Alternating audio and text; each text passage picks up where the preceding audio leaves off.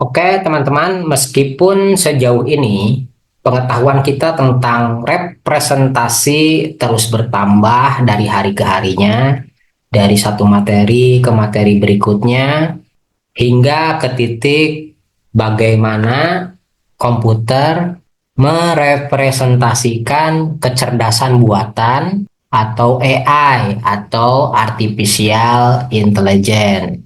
Namun tetap sehebat apapun, secanggih apapun perkembangan bahasa program yang dipakai, basic awalnya adalah tetap nol dan satu. Bayangkan jika representasi tidak mengalami perkembangan. Bayangkan jika bahasa program tidak mengalami perkembangan. Bayangkan jika manusia tidak kreatif, maka bisa dipastikan sarana komunikasi manusia dengan komputer masih saja berkutat di nol dan satu. Nah, bisakah teman-teman mengingat kode-kode ini? Sedemikian banyaknya 0111110111 ini mengomunikasikan apa kira-kira? Yang pasti saya pun tidak mampu untuk mengingat kode ini dan saya pun tidak tahu kode-kode ini mengkomunikasikan apa.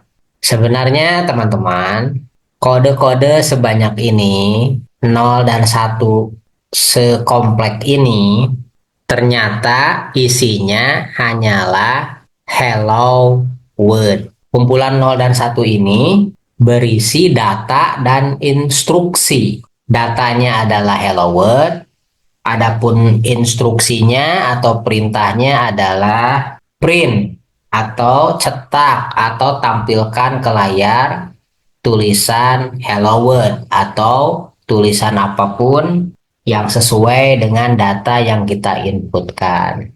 Untungnya manusia tidak lagi harus memperdulikan semua kerumitan bahasa biner.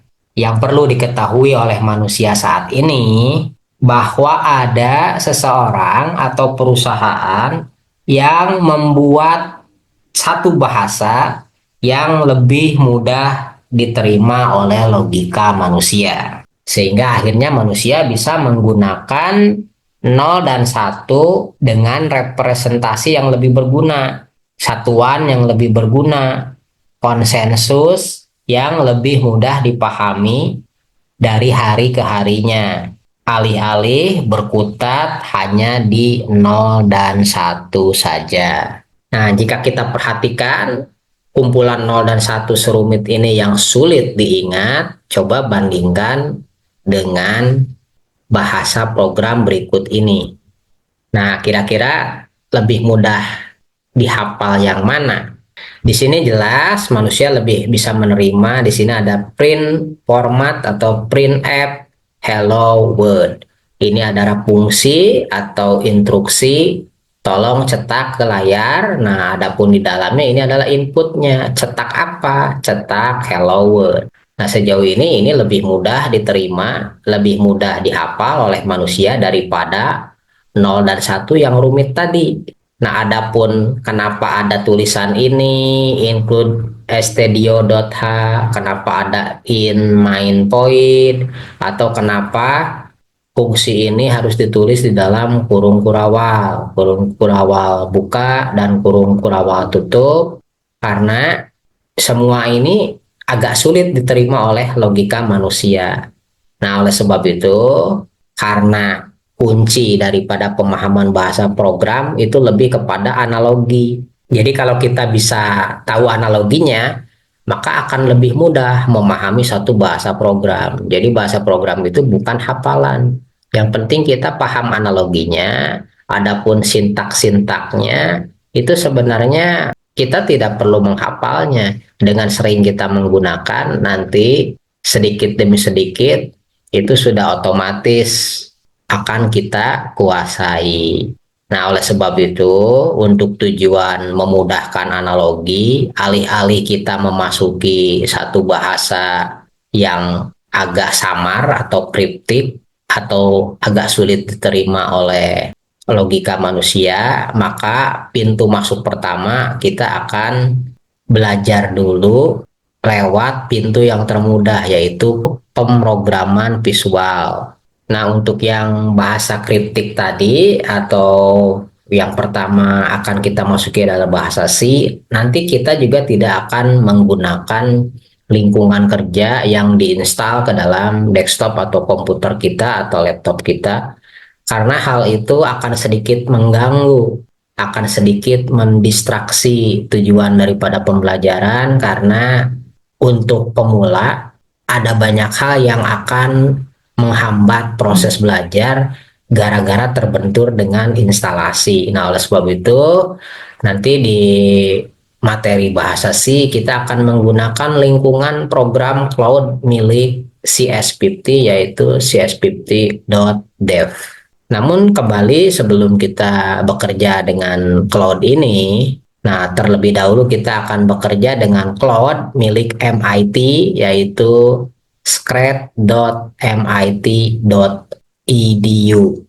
Nah, dengan menggunakan bahasa pemrograman visual, maka lebih mudah dicerna. Yang tadi bahasanya printf hello world, maka kita hanya perlu menggunakan blok-blok ini, yaitu when click, ketika diklik, maka layar akan menampilkan tulisan hello world. Nah, di materi kali ini kita akan mempersiapkan dulu lingkungan kerja pemrograman visual Scred. Nah, teman-teman tinggal ketikkan saja di browser teman-teman. Ini harus online. Jadi tinggal tuliskan saja oleh teman-teman tulisan Scred. Enter.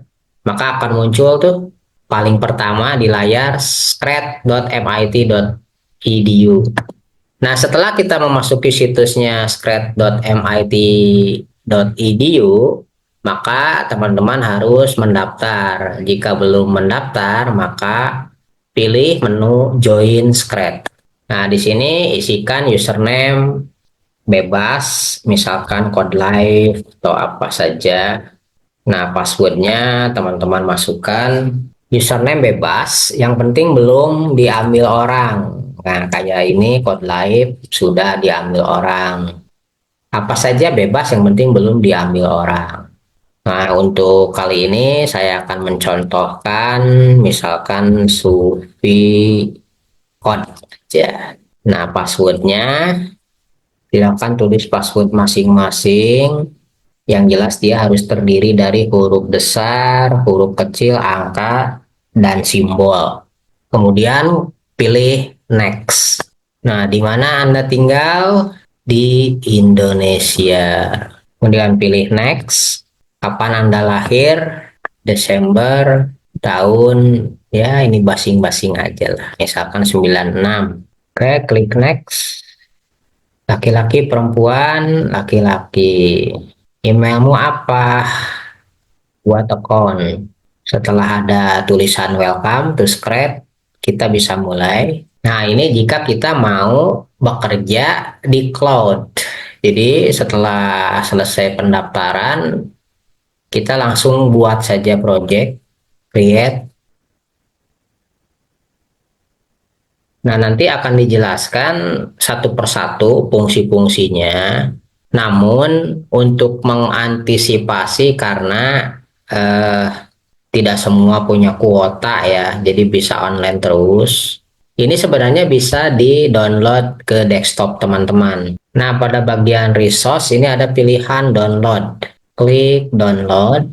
Jika teman-teman menggunakan Windows, klik Windows karena ini akan langsung ke detect ya. Kalau menggunakan Apple atau Android ini akan muncul dengan sendirinya.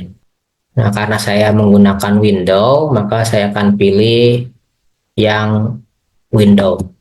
Nah, di sini ada pilihan Scred versi lama, yaitu versi 2. Saya pun akan mendownload Scred versi 2. Instalasi. Sebelumnya harus install dulu Adobe Air. Pilih yang untuk Windows. Kalau yang untuk Apple, pilih yang macOS. Kemudian diinstal dulu Adobe Air-nya. Pilih Agree. Kemudian Finish. Kemudian pada bagian direct download, pilih ini, direct download. Ditunggu sampai selesai. Sambil menunggu, saya akan mendownload yang versi 2-nya juga. Ini alamat untuk download Scratch 2 ya. Nanti akan saya simpan di deskripsi. Kita tinggal pilih download di sini. Untuk Scratch 2 kayaknya sudah tidak didukung ya, tapi nanti saya akan carikan, saya udah punya sebetulnya ini. Sementara kita fokus saja ke Scratch 3, kita akan menginstalnya di desktop. Ini tinggal klik 2 kali, pilih yang anyone, kemudian install.